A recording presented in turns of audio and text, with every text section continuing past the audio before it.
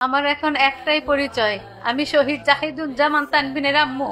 Class 5 থেকেও 5 ওয়াক্ত নামাজ পড়তো এবং ক্লাস 6 থেকেও একটা রোজা ভাঙে নাই। যখন আবু সাইদ শহীদ হয় তখন থেকে আমার ছেলের মন মরা।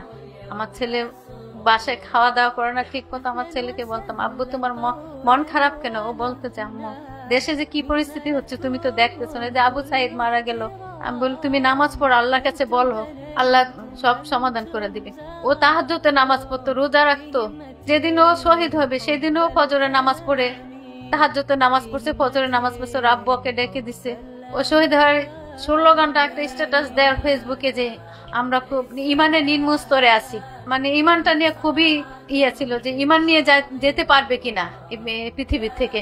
দেশের পরিস্থিতি এত খারাপ, ইমানটা ধরে রাখা খুবই কঠিন। এই যে আমার ছেলে, এটা হচ্ছে আমার ছেলে। এই যে আমার ছেলে গুলিবিদ্ধ হওয়া শহীদ গোসল করানোর পরের ছবি।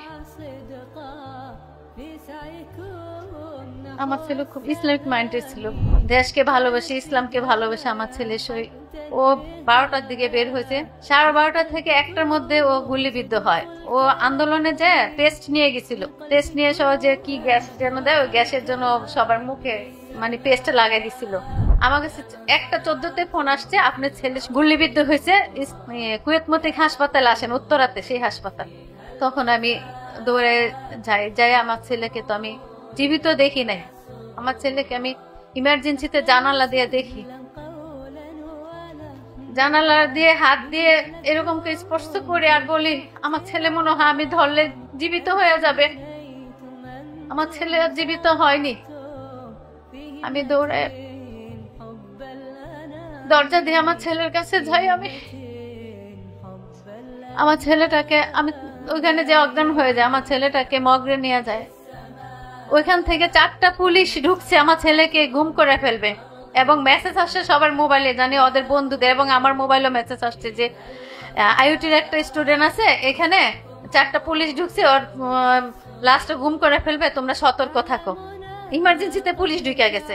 ওইখানে যায় সব ডাক্তাররা এবং স্টুডেন্ট পুলিশকে অনেক পিটাইছে, ওখানে পুলিশ অজ্ঞান হয়ে যায়। সেই মুহূর্তে ডাক্তার বলে যান আপনি ছেলে নিয়ে যান। পরে আমার ছেলেটাকে আমরা কোনো রকম বের করে ইয়াতে শোয়াই। পরে আমার গায়ের ওড়না দিয়ে আমার ছেলেকে ঢেকে দিয়ে আমি এক কোনায় নিয়ে যাই আমার ছেলেটাকে, যেন ওরা আর দেখতে না পারে। আমরা ব্রাহ্মণবাড়িয়ায় মাটি দেই, এখান থেকে গোসল করে নিই।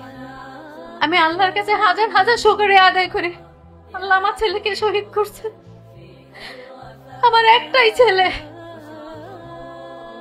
ছেলেটার জন্য আপনারা দোয়া করবেন সবাই। আল্লাহ যেন আমার ছেলেটাকে দুষ্টান করে শহীদের মর্যাদা।